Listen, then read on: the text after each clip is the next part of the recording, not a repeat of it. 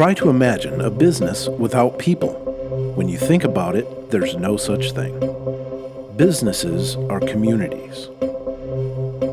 In the last episodes, we've looked at businesses that have developed around their communities. Today, we look at a business that develops the communities themselves.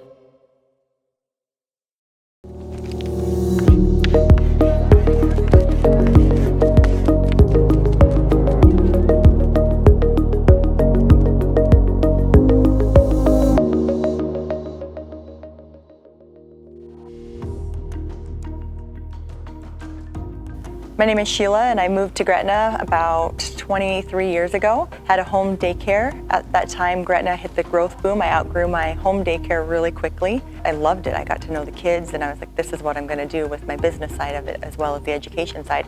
I always knew I wanted to be a teacher too, and so I kind of get the best of both worlds. I get to do the business side and work with kids, so it's been a perfect fit.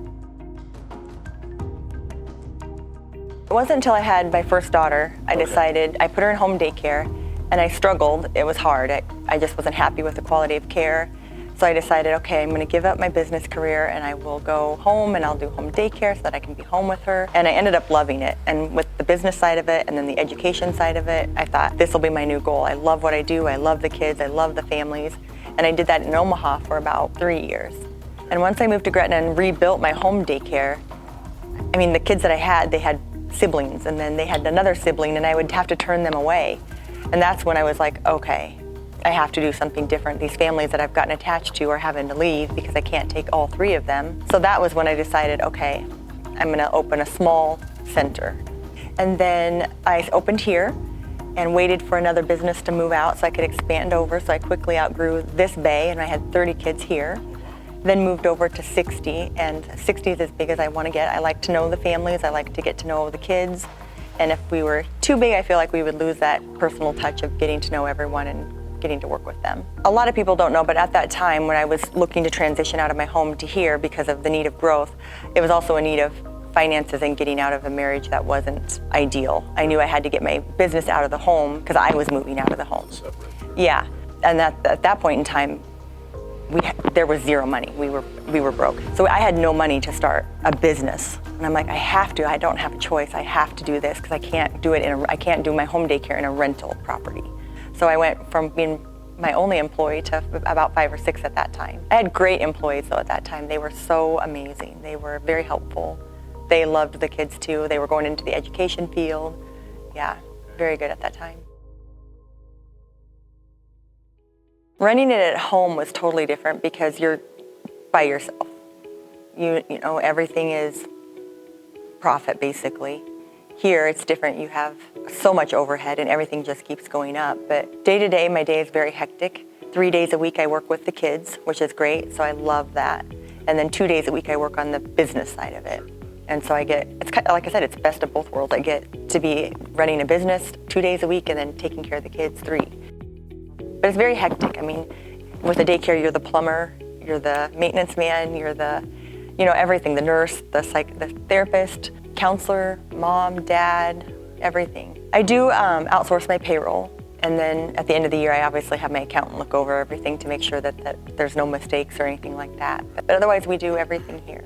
Everybody that comes here to work says, wow, you're the owner. We never saw the owner where we worked before, but that's the part I love too. So it's not just because I have to, it's because I love to. I called the SBA and was asking for direction on, I want to start a childcare center, what do I do? They were very helpful. They told you, oh, here you call this person to find out about licensing. And then they told me about the grants and they're like, you can look into these, and they're like, just call everybody. And I actually started on a grant.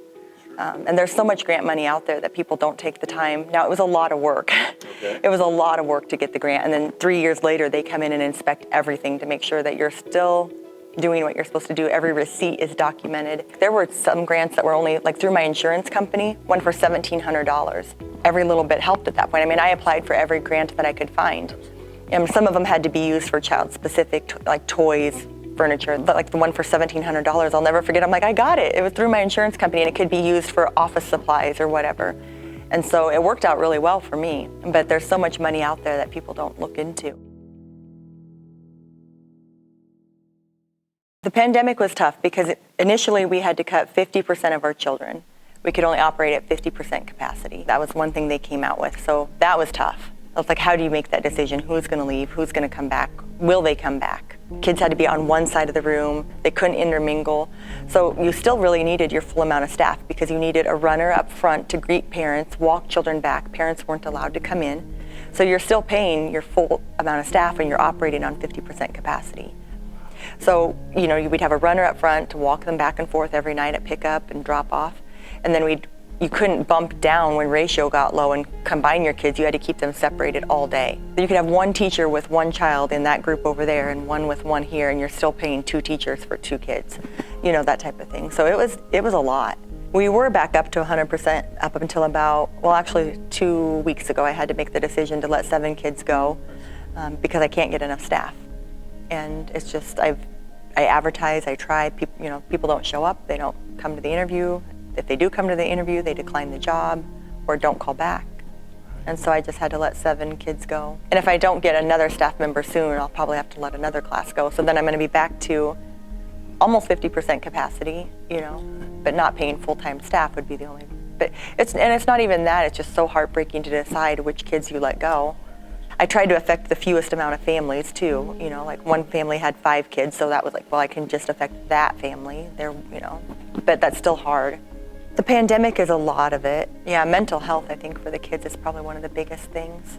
They need to just be kids. I can even say that on the days where I come in and my hands are full and I need to get to my desk to at least drop my stuff off before they hug me, I'll say, you guys, I'll give you a hug in just a minute. If I forget, their moods are like cranky and irritable, and they'll be like, we'll get over to the other side to do circle time, and but you forgot to hug me. And I'm like, oh, yeah, I did. My hands, I'm sorry. Okay, let's everybody line up. And so we'll line up and I'll walk down and hug them all and take turns. And then it's like, okay, they're better. Yeah, it's so funny when I walk in, they're jumping up, Sheila, hugs. Yeah, it's cute. Yeah. I had one the other day that he was very, very upset. I just went and sat down beside him and I said, you're not in trouble, but I can tell that you're sad. And I just wrapped my arms around him and tried to hug him, but he's kind of fighting because he doesn't want to. And then all of a sudden, as I got a hold of him, I said his name and I said, I love you, it's okay. And he just went, oh, just melted. And it was just, sometimes just being told that he's not in trouble and you love him. And then when I went to stand up, he wouldn't let go. He was just holding on for dear life. Yeah. And then he was fine the rest of the day.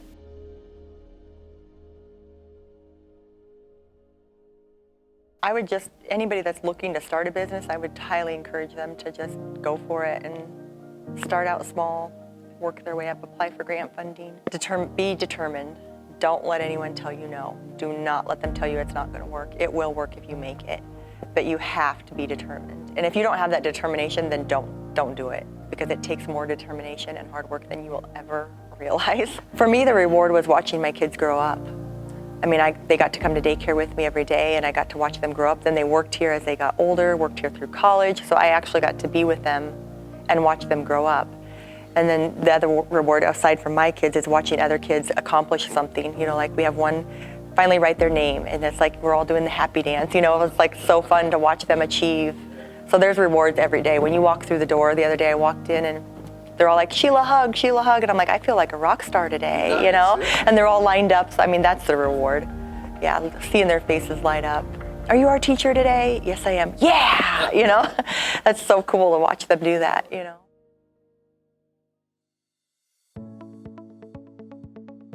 It's through Metro, Southeast, and then UNL, UNO, and UNK if they go on to get their bachelor's.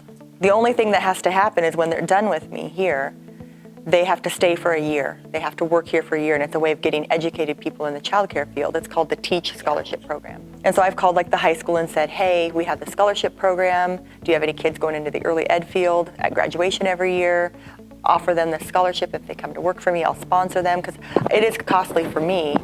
The state pays 80%, I pay 10%, and then the student pays 10%. And then I have to pay the bonuses. But it's so worth it, and over the years I've had people do it. And then it's great because once they get their degree, they work here for another year and they sub at other schools to find out which school they want to teach in when they're done. So they'll work here 3 10-hour days and then sub on the other 2 days at the schools and kind of bounce around and find where they want to land. So it's amazing, but I get so few people that want to do it. You get 8 hours paid time off to go to school. I have to pay them 8 hours to go to school. You get paid to sit in class, you know? And then you get your mileage reimbursed, your books paid for. And then every quarter or semester, it depends, you get either a raise or a bonus, you get to pick. Most of them have. Like in the beginning, when I've been here 18 years, so when I opened, like I had people that stayed 11 years, you know, and for childcare, that's unheard of, you know, anywhere from 7 to 11 years. I can have early ed majors get their whole degree paid for other than 10%, which is absolutely amazing. They can go to college and get their associates in early childhood education, and they can only pay 10%. They get mileage reimbursement, they get book reimbursement, a bonus every time they're done with their classes, if they maintain a GPA. Yeah, it's amazing.